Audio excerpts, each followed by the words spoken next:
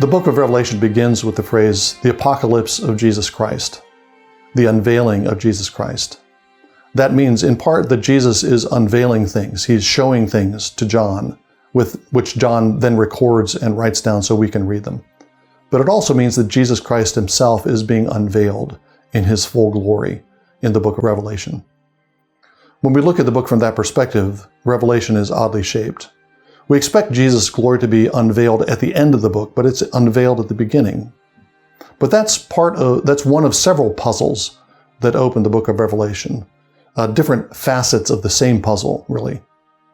Revelation 1:7 tells us in a programmatic statement, a programmatic quotation from Daniel 7, that the book is about the Son of Man coming on the clouds. Many Christians read that and think it's talking about Jesus' second coming. But in fact, Daniel 7 is not talking about the second coming. It's talking about the ascension, the Son of Man ascending on clouds to receive dominion and glory and a kingdom, to receive all the dominion that once was possessed by the bestial kingdoms that preceded him. But when Revelation begins, Jesus has already received that dominion. John tells us this is about the Son of Man ascending to receive dominion, but it's already happened before the book begins. Why is that?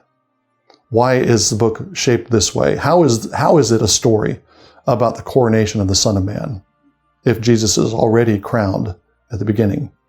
The other facet of this puzzle is the way Jesus appears in the first vision in chapter 1. Jesus is called the Son of Man. He is one like the Son of Man. But when John describes him, he describes him as another character from Daniel 7, not the Son of Man, but the Ancient of Days. The Son of Man ascends to receive a kingdom. The Ancient of Days is the one who gives him the kingdom. And Jesus is called Son of Man, but looks like the Ancient of Days.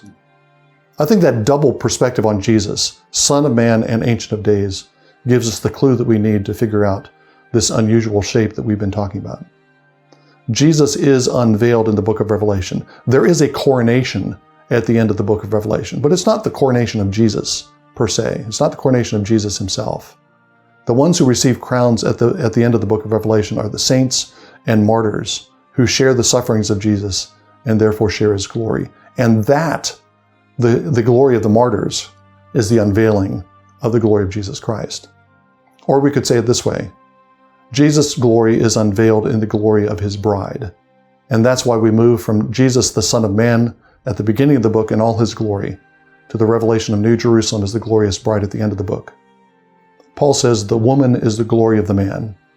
That's true for every man. It's true for Adam. It's also true for the last Adam, because the church is the glory of the last Adam. Jesus is glorified by the glorification of his bride. In one sense, Revelation never moves out of Genesis 2. Jesus is the last Adam, and Revelation is all about the formation of a new Eve, the church, from the trauma, the surgery of martyrdom that occurs in Revelation, the new Eve that's formed from the rib and the side of the last Adam.